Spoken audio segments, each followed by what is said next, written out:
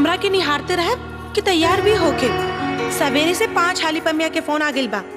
चली उठी तैयार हुई। सुनी ना, काल ना चलल जाई। काहे काल? आज काहे ना? रउआ का पिछली रोटी खइले बानी का? जहर काम में काल काल। ए जी खिसियाई मत, हम चलता नहीं। ठीक बा चली। एकरा एहंगा दबाए के पड़े। ली चाय पी।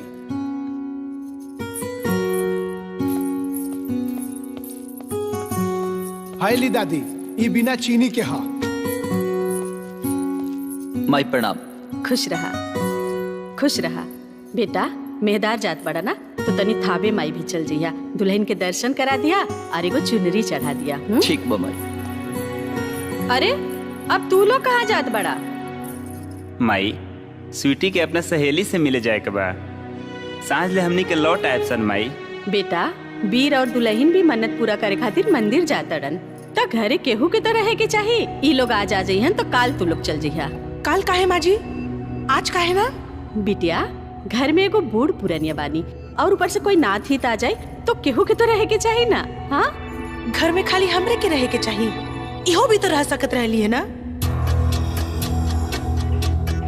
स्वीटी माई से ऐसे बतियावल जाला? श्याम धनी के आज चल जा सा, हमनी के काल चल जाब सा। ना भैया, ई जौन कही तौने होई। हमनी के कोनो मंदिर वंदिर निखे जाए के, हमनी के काल हो चल जाए सन। स्वीटी हमनी के काल चल जाई। काहे काहे काल? हर टाइम एकरा के हाथ पर और हमरा के लात पर। स्वीटी रउआ चुप रही।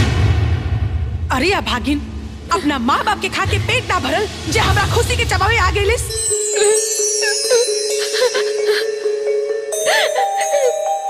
तोर सब क्षेत्र हम बुझे तानी, ते का चाहता रिस? बोल बोल ना।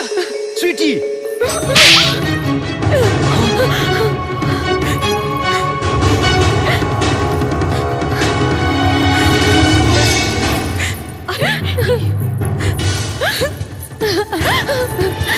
छुटकी छुटकी चल ना, ते घर में चल। मत जा छुटकी, कहाँ जाता डी से? हम ही घर छोड़ के जाता नहीं। मत जा, घर में जो ना छुटकी। चल अंदर चल ना छुटकी, हम हाथ जोड़ता नहीं छुटकी। अंदर चल ना छुटकी। हम कैसे पर हाथ छोड़? हमरा से जी गलती भाई लोग खातिर माफ करते। हाथ छोड़। अंदर चल ना छुटकी।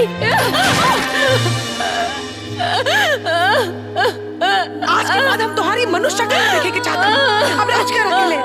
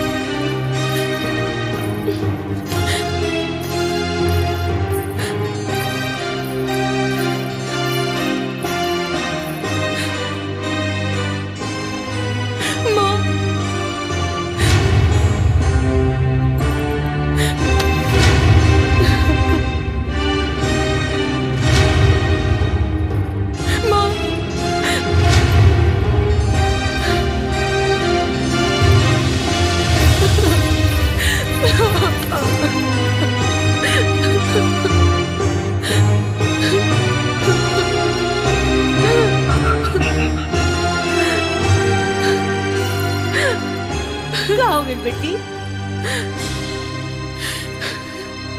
हम वो घर छोड़ के आ गई नहीं। हाँ बाकी का है? उ लोग हमरा की बहू ना नौकरानी बना के रख ले रहलन।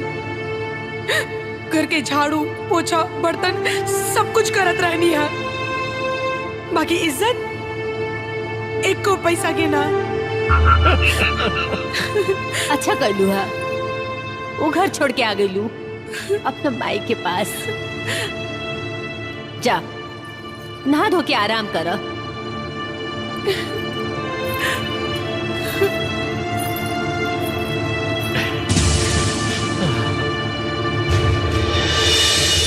ओकनी के इतना हिम्मत, हमार बेटी के नौकरानी बना के रखल सन। अब हम कोनो कीमत पर ओखनी के ना छोड़ब। अरे हुजूर, अरे इतना दिन हम भारा भगनी तब जाके लाशा छूटल। अरे वो फिर जाता नहीं लाशा के जोड़े।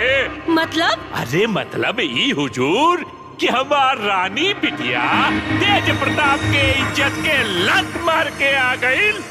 रउओ लतिया दे, समझ ली? रउआ का कहे के चाहता नहीं? हुजूर, हम ही कहे के चाहता नहीं कि रउआ रानी बिटिया के रिश्ता हमरे राजकुमार बेटा से कही। सरकारी बाबू! अरे आप तो ऐसे बड़कत बानी जैसे हमार बेटा ही आपके बिटिया के जीवन में आग लगैले बा। अरे हम तो चाहता नहीं कि राउर बिटिया खुश रहे और आप भी खुश रही। मतलब कैसे? वैसे कि रउआ भिजवा दे तलाक का 4 पन्ना और सब रिश्ता नाता हो जाए रवन्ना। अगर स्वीटी ना मानी तो? अरे अरे ओकरा के इतना अक्ल हो तो वो ऐसा कामे काहे कर? ओकरा के समझाए के जिम्मा हमरा पर छोड़ दे। हम कुछ ऐसा करब ना कि सांप भी मर जाए हुजूर और लाठी भी ना टूटी।